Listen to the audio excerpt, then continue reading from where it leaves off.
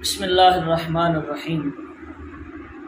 اس دنیا کے اندر کچھ لوگ ایسے بھی ہیں جو خود کو علمی کتابی بھی کہتے ہیں، اور جب ان کے سامنے کوئی صحیح حدیث پیش کی جائے تو وہ کہتے ہیں کہ ہمیں صحیح بخاری اور صحیح مسلم سے دکھاؤ۔ اچھا، سوال یہ ہے کہ کیا سارا دین صحیح بخاری اور صحیح مسلم کے اندر ہے، یا سارا دین صحیح بخاری کے اندر ہے؟ یعنی جو چیز صحیح بخاری کے اندر نہیں آئی اور دوسری صحیح حدیث میں آ گئی تو کیا اب اس کو تسلیم نہیں کیا جائے گا کیونکہ وہ صحیح بخاری کے اندر نہیں ہے؟ تو اس سلسلے میں ایک حدیث ہے، پیارے حبیب علیہ السلام نے ارشاد فرمایا، انی ترکت فیکم امرین، انی ترکت فیکم الثقلین۔ دو مختلف روایات ہیں، اس کو امام حاکم نے روایت کیا، امام مالک نے بھی روایت کیا۔ حضرت ابو ہریرہ رضی اللہ تعالیٰ عنہ سے یہ روایت مروی ہے، وہ فرماتے ہیں کہ میرے حبیب علیہ السلام نے ارشاد فرمایا کہ میں تم میں دو چیزیں چھوڑ کے جا رہا ہوں، کتاب اللہ و سنتی، ایک اللہ کی کتاب اور ایک اپنی سنت۔ تو جب تک تم اللہ کی کتاب اور میری سنت کو تھامے رکھو گے تم گمراہ نہیں ہوگے۔ تو پیارے حبیب علیہ السلام نے تو یہ نہیں فرمایا کہ میں تمہارے لیے بخاری چھوڑ کے جا رہا ہوں، کہ تم نے سارا دن بخاری سے ہی لینا ہے یا سارا دن مسلم سے لینا ہے۔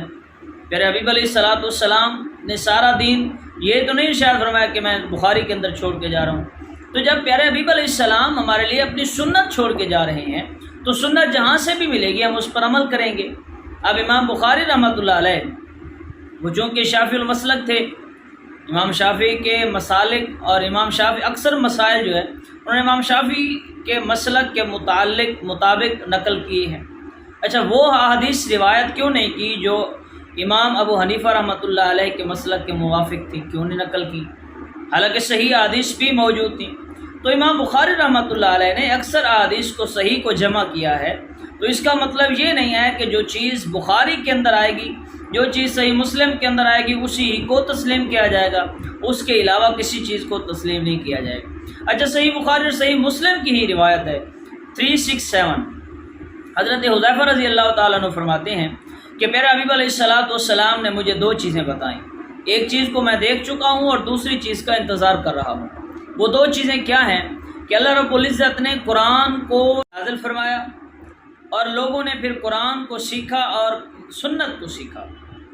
نبی رحمت صلی اللہ علیہ وسلم نے یہاں پر بھی ارشاد فرمایا کہ لوگوں نے نبی کی سنت کو سیکھا، یہ نہیں ارشاد فرمایا کہ انہوں نے بخاری اور مسلم کو سیکھا۔ بخاری اور مسلم تو بعد کے بعد ہیں، تو جو پیارے حبیب علیہ السلام کی ساری زندگی ہے وہ ہمیں جہاں سے بھی صحیح حدیث ملے گی ہم اس پر عمل کریں گے۔ تو احناف جہاں سے بھی حدیث لیتے ہیں، صحیح حدیث لیتے ہیں، تو اس کا مطلب یہ نہیں ہے کہ اگر وہ بخاری اور مسلم کے اندر نہیں ہے تو وہ غلط حدیث ہے، ایسا نہیں ہے۔ کوئی بھی حدیث قبول کرنے یا رد کرنے کے لیے اس کی صحت پر دار و مدار ہوتا ہے۔ اگر وہ حدیث صحیح ہے اس کو قبول کیا جائے گا، چاہے وہ بخاری کے اندر ہو یا نہ ہو۔ اگر بخاری کے اندر نہیں ہے تو اس کا مطلب یہ نہیں ہے کہ وہ حدیث صحیح نہیں ہے۔ تو جو مسائل، جو عقائد علماء احناف یا علماء اہل سنت بیان کرتے ہیں، اگر ان میں ان کے دلائل، اگر بخاری میں کوئی روایت بالفرض موجود نہیں ہے تو اس کا مطلب یہ نہیں ہے کہ وہ عقیدہ درست نہیں ہے۔